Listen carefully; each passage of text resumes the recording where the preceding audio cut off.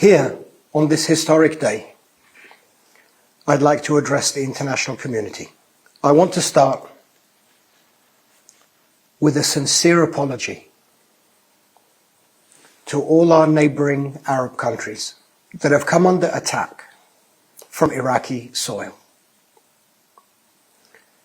We offer you our heartfelt condolences, and we are shamed by these actions.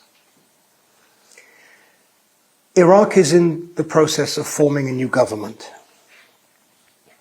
that will repair these bridges that have been damaged, not broken.